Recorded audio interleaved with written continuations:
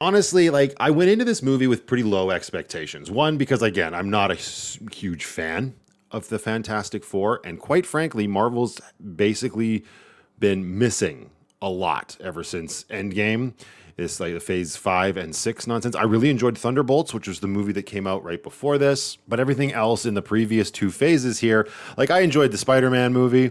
Deadpool and Wolverine obviously was really good. And Doctor Strange and the Multiverse of Madness definitely had its moments. But when I think back on it, I can barely remember anything from that movie. I will remember stuff from the Fantastic Four, which is actually titled Fantastic Four First Steps.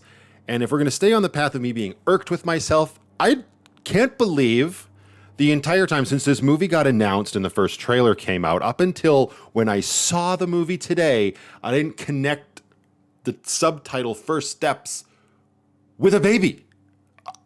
I don't know why. I knew hearing about the plot and that Sue Storm was going to be pregnant, that was going to be part of the story, but I had no idea it was going to be as large a part of the story, or that's what the subtitle meant, because it's not like First Steps. It's not like we're the Fantastic Four are just figuring out who they are. When the story starts, it's been 4 years since they got their powers, since they went on that fateful trip to outer space, encountered some cosmic rays, and they all got their powers, right? Johnny Storm becomes the Human Torch. He can flame on, although now that I'm thinking back, I don't think he says flame on a single time in this movie.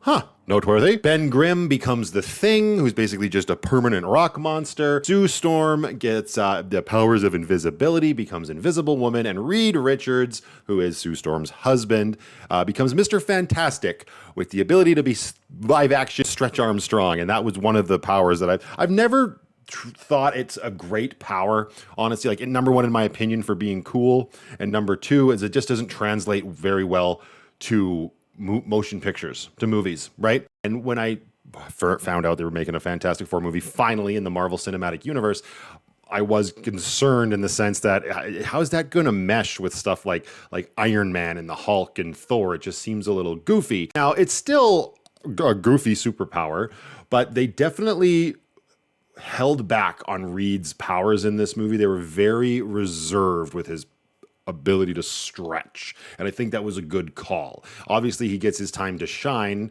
especially in the climax of the movie, as does everybody, but it worked well, and I was happy to see that. I never felt like I was being taken out of the story that was being told.